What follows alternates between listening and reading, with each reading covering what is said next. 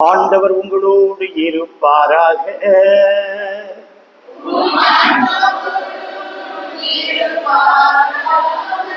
யோவான் எழுதிய தூய நற்செய்தியிலிருந்து வாசகம்.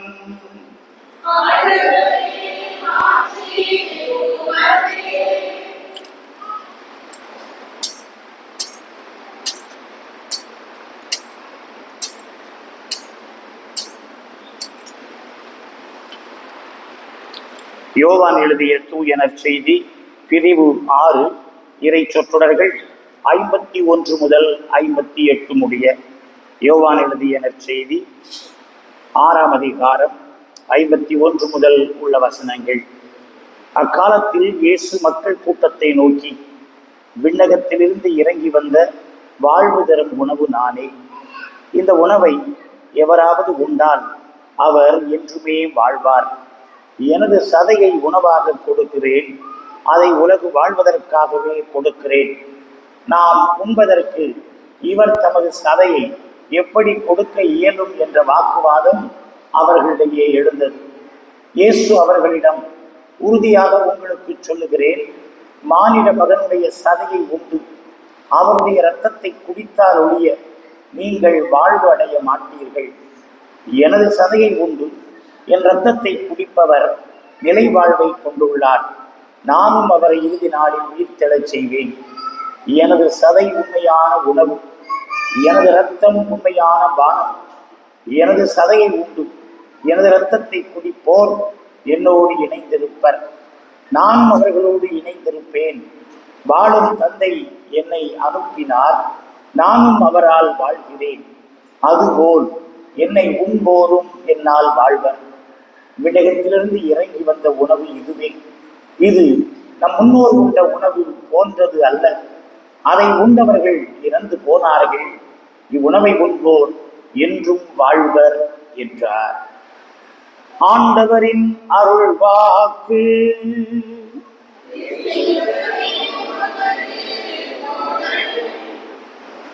ஆண்டவர் இயேசு கிறிஸ்துவுக்குள் அன்புமிக்க சகோதரிகளே, சகோதரர்களே, ஆண்டின் பொதுக்காலம் 20ஆம் ஞாயிறு யோவான் நற்செய்தியிலிருந்து நமக்கு நல்ல சிந்தனைகளை கொண்டு வந்து தருகிறது. இன்றைய 3 வாசகங்களும் மிகவும் அழகாய் இணங்கி பொருந்தி செல்லுகின்றன. அதை போல நாமும் கிறிஸ்துவோடு இணைந்திருக்க வேண்டும், இணங்கி பொருந்தி நாம் வாழ்வு பெற வேண்டும் என்று இன்றைய வாசகங்கள் அறிவிப்பு கொடுக்கின்றன. இன்றைய முதல் வாசகத்தை எடுத்துக்கொள்வோம் என்றால் அது நீதிமொழிகள் நூலிலிருந்து எடுக்கப்பட்டது. ஞானமும் மதிகேடும் பற்றி அது பேசுகிறது. ஞானம் என்பதனை ஓர் உருவகமாக அது நமக்கு கோடிட்டு காட்டுகிறது. திருச்சபை தந்தையர்கள் இந்த ஞானத்தை கிறிஸ்துவுக்கும் மரியன்னைக்கும் ஒப்பிட்டு சொல்வார்கள். ஆகவேதான் ஞானம் நிறை கன்னிகையே என்று நாம் பாடுகின்றோம். கிறிஸ்துவே ஞானம் என்று நாம் கொண்டாடுகின்றோம். இங்கே ஞானம் தனக்கு ஒரு வீட்டை கட்டி இருக்கிறது. அதற்கென 7 தூண்களை செதுக்கி இருக்கின்றது. 7 என்பது முழுமை. முழுமையான ஞானத்தை கிறிஸ்து நமக்கு தருகிறார் என்று நாம் இதை எடுத்துக்கொள்ள வேண்டும். அது நமக்கென்று ஒரு விருந்து ஏற்பாடு செய்திருக்கிறது. அந்த விருந்துக்கு நம்மை அழைக்கின்றது. அந்த விருந்தினால் நாம் வாழ்வு பெறுகிறோம். நாம் செய்ய வேண்டியது என்ன? பேதமையை விட்டு நாம் வாழ்வு பெற வேண்டும். உணர்வை அடையும் வழியில் நாம் நடக்க வேண்டும். ஞானம் பெற வேண்டும். கடவுளுடைய வெளிப்பாட்டை ஏற்றுக்கொள்ள வேண்டும் என்று இன்றைக்கு முதல் வாசகம் நமக்கு எடுத்துச் சொல்லுகிறது. இன்றைய 2ஆம் வாசகத்தை நாம் எடுத்துக்கொள்வோம் என்றால் அதுவும் ஏறக்குறைய இதே கருத்தினை நமக்கு சொல்லுகிறது. உங்கள் நடத்தையை பற்றி மிகவும் கருத்தாய் இருங்கள். ஞானமற்றவர்களாய் வாழாமல் ஞானத்தோடு வாழுங்கள். ஞானமற்றவர்களாய் வாழாதீர்கள், ஞானத்தோடு வாழுங்கள். இந்த காலம் கொள்ளாத காலம். ஆகவே அறிவிலிகளாய் இராதீர்கள் சொல்லிவிட்டு, அப்படியானால் எப்படி இருக்க வேண்டும்? நமக்கு தெரியும், அறிவுடையவர்களாய் இருங்கள் அப்படிதான் சொல்ல வேண்டும். ஆனால் பவுலடியார் அப்படி சொல்லவில்லை. அவர் சொல்லுகிறார், அறிவிலிகளாய் இராமல் ஆண்டவருடைய திருவுளம் யாது என புரிந்து கொள்ளுங்கள். ஆகவே இன்றைய வாசகங்கள் நமக்கு 2 அழைப்பினை விடுவிக்கின்றன. ஒன்று, நாம் ஞானம் உள்ளவர்களாய், அறிவுள்ளவர்களாய், விழிப்புணர்வு உள்ளவர்களாய் இருத்தல் வேண்டும். இரண்டாவது, ஆண்டவருடைய திருவுளத்திற்கு கீழ்ப்படுகிறவர்களாய், ஆண்டவருடைய திருவுளத்தை அறிகிறவர்களாய், அதற்கு பணிகிறவர்களாய் நாம் இருக்க வேண்டும் என்று சொல்லுகிறது. இந்த இரண்டுக்கும் எதிரான செயல் என்ன? பவுலடியார் கிழித்து விட்டார். வசனம் 18, திராட்சை மது அருந்தி குடிவெறிக்கு ஆளாகாதீர்கள், இது தாறுமாறான வாழ்வுக்கு வழிகோலும், மாறாக தூய ஆவியால் ஆட்கொள்ளப்படுங்கள் என்று அவர் சொல்லுகிறார். குடிவெறிக்கு ஆளாகாதீர்கள். நமக்கு தெரியும், குடியினால் கெட்டவர்கள் எத்தனை பேர், குடியினால் அழிந்தவர்கள் எத்தனை பேர், குடியினால் அழிந்த குடும்பங்கள், தனி மனிதர்கள் எத்தனை எத்தனை பேர், எத்தனை குடும்பங்கள் தெருவில் இருக்கின்றன, எத்தனை பெண்கள் தங்களுடைய மங்கள நாணை இழந்து அவர்கள் கைம்பெண்களாய் வாழ்ந்து கொண்டிருக்கிறார்கள். இவையெல்லாம் குடியினால் நிகழ்ந்திருப்பவை. ஞானத்தோடு வாழுங்கள், விழிப்போடு வாழுங்கள், ஆண்டவருடைய திருமணத்திற்கு பணிந்தீர்கள், கடவுளுடைய வெளிப்பாட்டை ஏற்றுக்கொள்ளுங்கள் என்று இன்றைக்கு வாசகம் அறிவுறுத்துகிறது. நாம் இன்றைய வாசகத்திற்கு கீழ்ப்படிவோமே என்றால் குடியை நிறுத்துவோம், நாம் ஆண்டவருடைய திருவுளத்திற்கு பணிவோம். இந்த உலக பிரகாரமாக அல்லாமல் கடவுளுடைய திருவுளம் என்ன என்று கேட்டறிந்து அதன்படி நடப்போம். அன்புமிக்கவர்களே, விழிப்பாய் இருக்க வேண்டும் என்பதற்கு அருள் திரு டோனி டிமல்லோ அவர்கள் ஒரு அருமையான கதை சொல்லுகிறார். ஒரு நாள் காலை நேரம் ஒரு தந்தை தன் மகனுடைய கதவை போய் தட்டுகிறார். மகனே எழுந்து, மணி 8:30 ஆகிறது, இன்னுமா தூங்கி கொண்டிருக்கிறாய் என்று அவர் சொல்லுகிறார். அவன் சொல்லுகிறான், எப்பா எனக்கு ரொம்ப களைப்பா இருக்கிறது, எனக்கு தூக்கம் வருகிறது, என்னை தூங்க விடுங்க. டேய், மணி 8:30 ஆகுதுடா, பள்ளிக்கூடத்துக்கு போகணும்டா, 9 மணிக்கு ஸ்கூல், நீ தூங்கிட்டு இருந்தா என்ன லட்சணம்? எப்பா எனக்கு ஸ்கூல் பிடிக்கல, ஸ்கூல் ஒரே பசங்க எல்லாம் ரொம்ப டீஸ் பண்றாங்க, எனக்கு பள்ளிக்கூடத்துக்கு போக வேண்டாம்ப்பா, இன்னைக்கு என்ன உடுப்பா என்று உள்ளிருந்து மகன் சத்தம் வருகிறது. பெருசா காரணத்தை அடிக்கிட்டேன், 3 காரணம். உனக்கு பள்ளிக்கூடம் போர் அடிக்குது, பிள்ளைங்க டீஸ் பண்றாங்க, உனக்கு பள்ளிக்கூடத்துக்கு போக பிடிக்கலன்னு சொல்லிட்டு நான் உனக்கு சொல்லுகிறேன், மணி இப்பொழுது 8:30, இப்பொழுது நீ எழுந்தால்தான், விழித்தெழுந்தால்தான் 9 மணிக்கு ஸ்கூலுக்கு போக முடியும். டேய், உனக்கு வயசு 45 ஆகுது, 45 வயசு வரைக்கும் 8:30 மணி வரைக்கும் தூங்குவியாடா என்று அவர் திட்டுகிறார். மீண்டும் கதவை தட்டிவிட்டு சொல்லுகிறார், பள்ளிக்கூடத்தில் ஹெட்மாஸ்டரே நீ ஏன் தூங்கிட்டு இருந்தா பள்ளிக்கூடம் எப்படா லட்சணமா இருக்கும், எந்திரிச்சு பள்ளிக்கூடத்துக்கு போடா என்று அவர் சொல்லுகிறார். அன்புமிக்கவர்களே, நாம் விழித்தெழ வேண்டும். நமக்கு வயது வந்து விட்டது. இன்னும் நாம் உறக்கத்தில் இருந்தால், இன்னும் நாம் மமதையில் இருந்தால், இன்னும் நாம் விழித்தெழாமல் உணர்ச்சி பெறாமல் இருந்தால், ஞானம் இல்லாதிருந்தால் என்ன வாழ்க்கை இது? என்ன வாழ்க்கை இது? இந்த குடிகாரங்களுக்கெல்லாம் அந்த கடையை பார்த்தவுடன் அல்லது மாலை நேரம் ஆனவுடன், கையில் கொஞ்சம் காசு கிடைத்தவுடன் அப்படியே போய் அதில் விழுந்து விட வேண்டும் என்றுதான் நினைக்கிறார்கள். விழித்தெழுவது என்றைக்கு? எந்த வயதில் விழித்தெழப் போகிறீர்கள்? எப்பொழுது விழித்தெழப் போகிறீர்கள்? அதைத்தான் இன்றைக்கு வாசகம் நமக்கு சொல்லித் தருகிறது. உலக காரியங்களுக்கு மட்டுமல்ல, ஆன்மீக காரியங்களுக்கும் நாம் விழித்தெழ வேண்டும். பக்தி காரியங்களிலும் நாம் ஞானத்தோடு இருக்க வேண்டும் என்று இன்றைக்கு வாசகம் நமக்கு சொல்லித் தருகிறது. அன்புமிக்கவர்களே, போதுமான வயது, போதுமான அனுபவம், போதுமான அறிவு, போதுமான செல்வம் எல்லாம் இருக்கிறது. விழித்தெழுங்கள், விழித்தெழுங்கள், உணர்வு பெறுங்கள், ஞானம் பெறுங்கள். இரண்டாவது, ஆண்டவருடைய திருவுளம் யாது என புரிந்து கொள்ளுங்கள் என்று இன்றைக்கு பவுலடியார் நமக்கு சொல்லுகிறார். ஆண்டவருடைய திருவுளத்தை 2 விதமாக புரிந்து கொள்ளலாம். ஒன்று அவருடைய முழுமையான திருவுளம், மற்றொன்று அவருடைய அனுமதி திருவுளம். the perfect will of God, the permissive will of God என்று ஆங்கிலத்தில் சொல்வார்கள். ஆண்டவருடைய முழுமையான சித்தம், ஆண்டவருடைய அனுமதி சித்தம். இதை எப்படி புரிந்து கொள்ளலாம்? ஒரு குழந்தை சாலையில் போய் கொண்டிருக்கிறது. தாய் அந்த குழந்தையை கையை பிடித்து கூட்டிக் கொண்டு போகிறாள். எதிரே ஒரு ஐஸ் வண்டிக்காரன் வருகிறான். கிங்கிணி கிங்கிணி என்று மணி அடிக்கிறான். அதை பார்த்த உடனே குழந்தையினுடைய நாக்கில் எச்சு ஊறுகிறது. அம்மா, ஐஸ்கிரீம் வாங்கி கொடு என்று கேட்கிறாள். மம்மி ஒரு போடு போட்டு சொல்லுகிறாள், நேற்று தான் பல் டாக்டர் போயிட்டு வந்திருக்குது. டாக்டர் நாளைக்கு பல்ல புடுங்கணும்னு சொல்லியிருக்கிறார். ஐஸ் சாப்பிடக்கூடாதுன்னு சொல்லியிருக்கிறார். ஐஸ் வேண்டாம், கம்முனு வா அப்படின்னு அவர் சொல்லுகிறார். குழந்தை விடவில்லை. குழந்தை அடம் பிடிக்கிறது.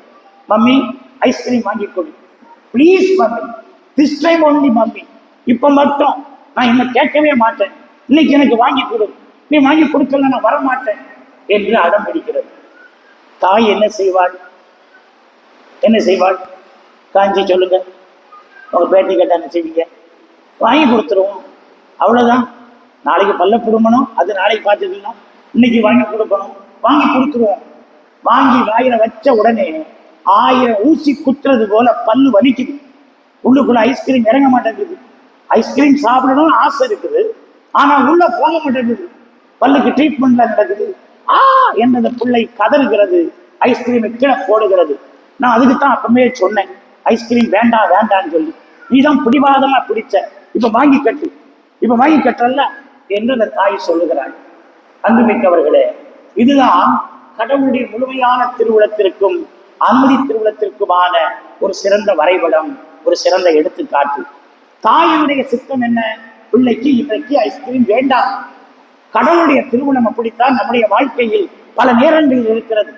உனக்கு உன் குடும்பம் போதும், உன் வேலை போதும், உன் செல்வம் போதும், உன்னுடைய நல்ல வளமை போதும், ஏன் குடிச்சு குடிச்சு கெடுக்கிற? அது உனக்கு தேவையில்லை.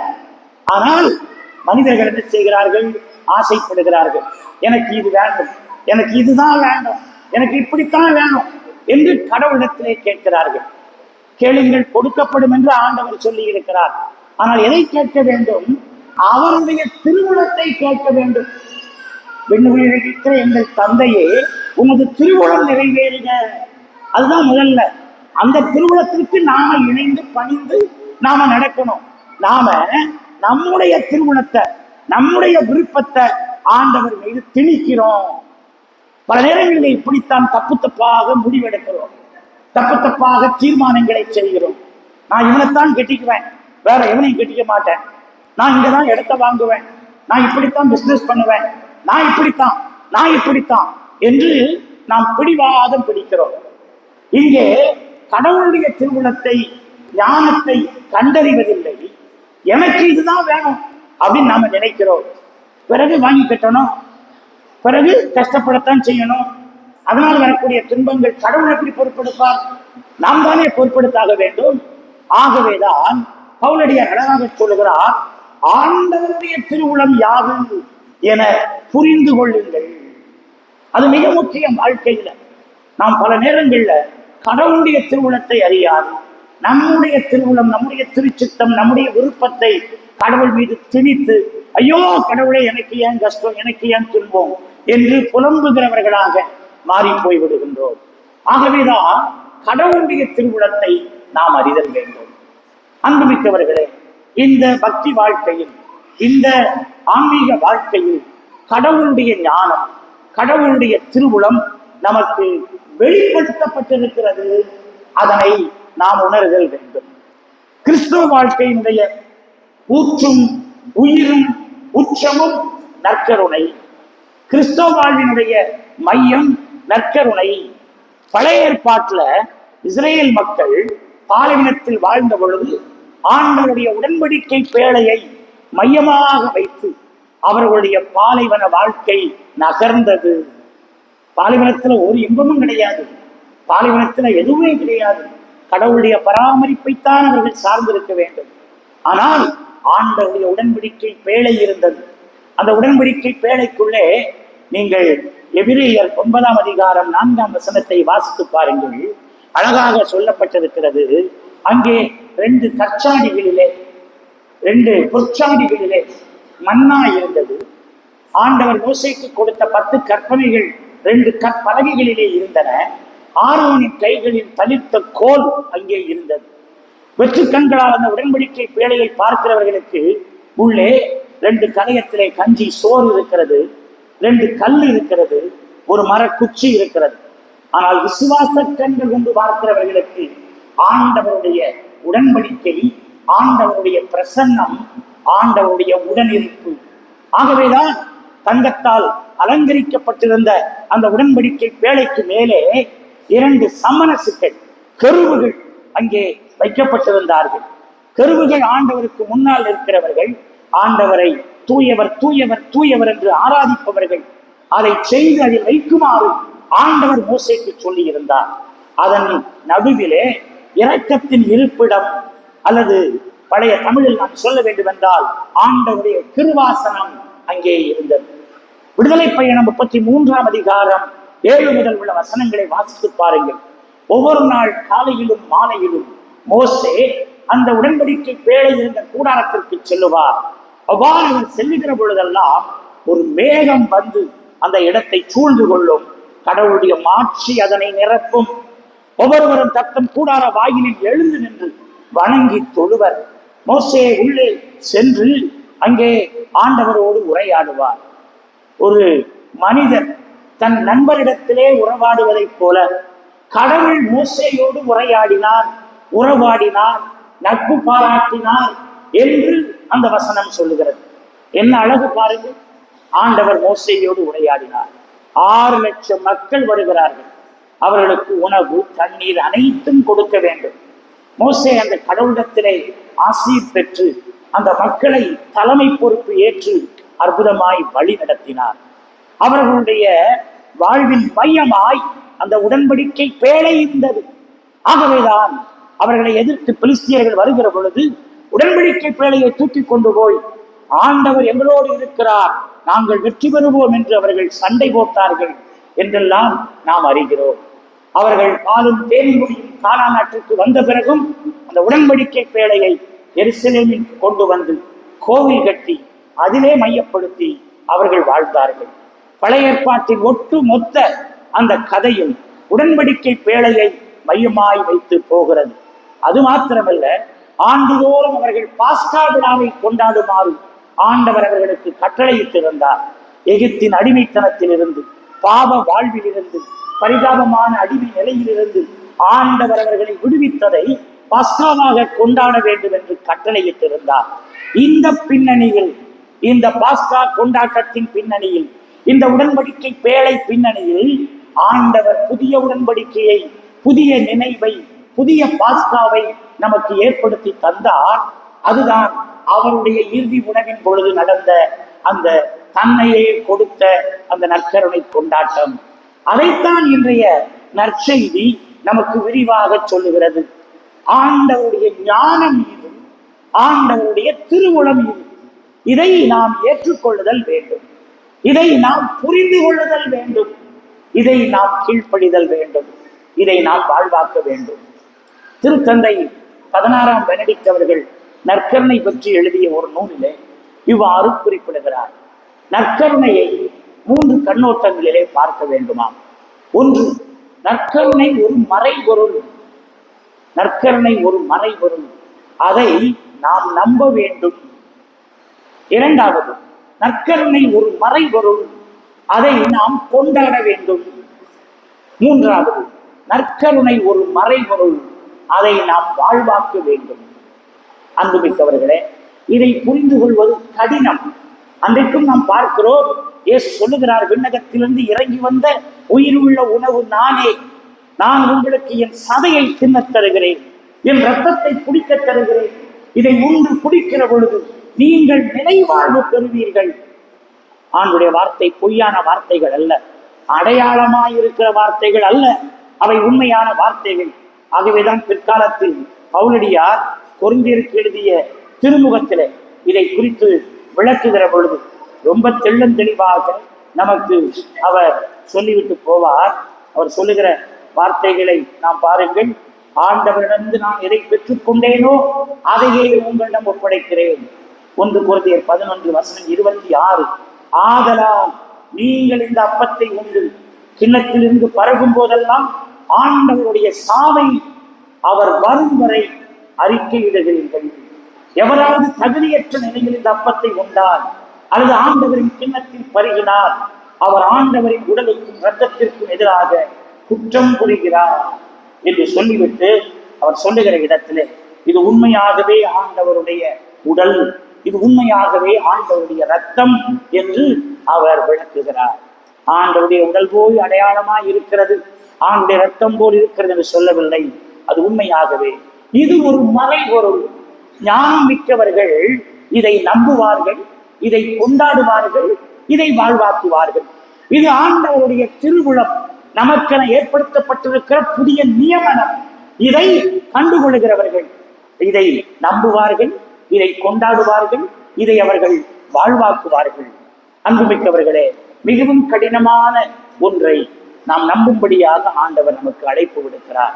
நம்முடைய அறிவினால் இது ஏற்க தகுந்தது அல்ல, மாறாக அறிவை கடந்த கடவுளுடைய ஞானத்தினால் இதை நாம் ஏற்க வேண்டும். ஆகவேதான் பழைய ஏற்பாடு நிழலாக சொல்லுகிறது, அந்த ஞானம் நிறைந்த கிறிஸ்து நமக்காக ஒரு விருந்தை ஏற்பாடு செய்திருக்கிறார். வாருங்கள் வாருங்கள் என்றது அழைப்பு விடுக்கிறது. வசனம் 6 என்ன சொல்லுகிறது பாருங்கள். பேதமையை விட்டுவிடுங்கள், அப்பொழுது வாழ்வீர்கள். உணர்வை அடையும் வழியில் செல்வீர்கள், அப்பொழுது வாழ்வீர்கள் என்று அது நமக்கு சொல்லுகிறது. ஆகவே இன்றைய இறை வார்த்தையின் ஒளியில் ஆண்டவரே எங்களை ஞானத்தோடும் விழிப்புணர்வோடும் வாழச் செய்திருந்தோம். ஆண்டவரே உம்முடைய திருவுளத்தை எங்களுக்கு கற்றுத்தாரும். ஆண்டவரே நற்கருணை என்னும் மறைபொருளை நாங்கள் நம்பச் செய்திருந்தோம். நற்கருணை என்னும் மறைபொருளை நாங்கள் கொண்டாடச் செய்திருந்தோம். நற்கருணை என்னும் மறைபொருளை அது சுட்டி காட்டுகிற அன்பு, மன்னிப்பு, பகிர்வு, சமத்துவம், சகோதரத்துவம், விட்டுக் கொடுத்தல், தாராளம் காட்டுதல் என்கிற உயர்ந்த விழுமியங்களை, என்கிற உயர்ந்த மதிப்பீடுகளை நாங்கள் வாழ்ந்து காட்டச் செய்திருந்தோம் என்று சொல்லி ஆண்டவரிடத்திலே வேண்டுவோம். நம்மிடத்திலே இருக்கிற பேதமையை விட்டொழிப்போம், குடிவெறியை நீக்குவோம், குறைபாடுகளை போக்குவோம், நற்கருணையை பெற்றவர்களாக மறு கிறிஸ்துவாக வாழ்பவன் நான் அல்ல, என்னில் கிறிஸ்து வாழுகிறார் என்று சான்று பகரும் வண்ணம் நாம் வாழுவோம். ஆமென்.